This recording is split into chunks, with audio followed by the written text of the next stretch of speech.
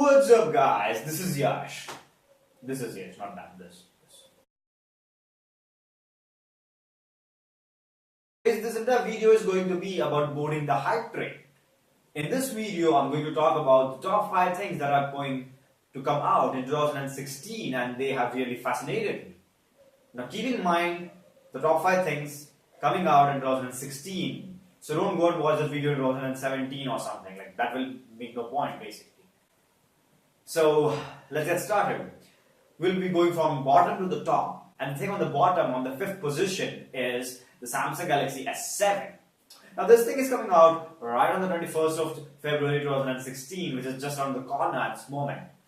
Which means there's a ton of rumors going around. But we can be sure for the one damn thing. That is, this is going to be a typical Samsung Android flagship showdown.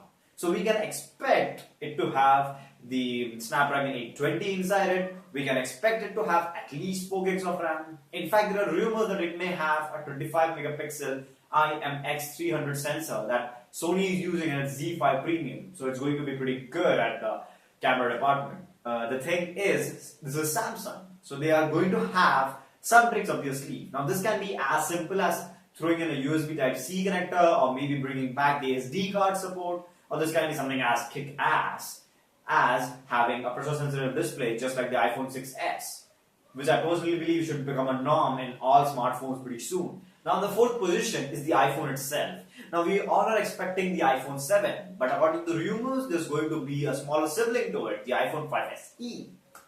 But keeping all the rumors aside, we can be sure that this will bring us a brand new design, because that's how iPhones work. A newer number always brings us a newer design.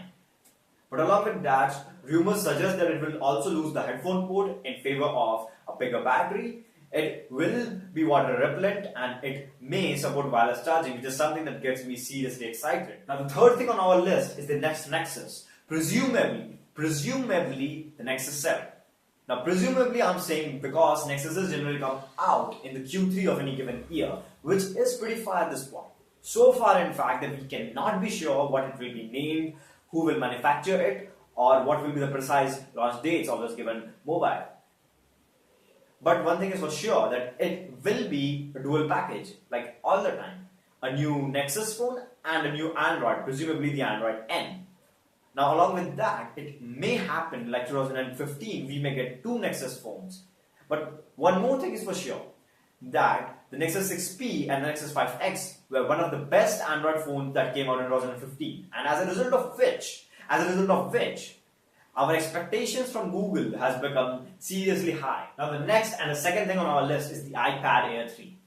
Now this thing is rumored to be launched in the March event of Apple. Now that's pretty unlikely if you ask me, but that's my personal opinion anyways. This thing is also rumored to be thinner, lighter and faster than the iPad Air 2. Now faster is what we expect, thinner and lighter is what Apple's norm is. Other than that, this thing is also rumored to have 4 different speakers in 4 different corners just like the iPad Pro. But the bad thing is this thing is rumored to have no 3D touch just like the iPad Pro. Now this thing we can be sure about will have a faster processor, better internals than the iPad Air 2. That's the norm of Apple anyways. It may get a display bump, which is also becoming pretty much an Apple norm nowadays. Now it may get smart connectors for keyboard and all that pencil stuff, which is pretty interesting if you use it on a regular basis. But if you did, you would buy a MacBook anyways, so that kills the point. But anyways, this brings us to the last but not the least, the most interesting thing in this given year, personally speaking, the Tesla Model 3. Now this might come as a surprise to you people, but I seriously love Tesla. These guys are amazing, they make great cars. Now they have 2 cars already in the market, the Tesla Model S and the Tesla Model X. But the problem is the Model S comes at $70,000 and the X is the SUV, the new one, comes at around $88,000, which is pretty steep for a car. Which, to be frank, most people cannot afford.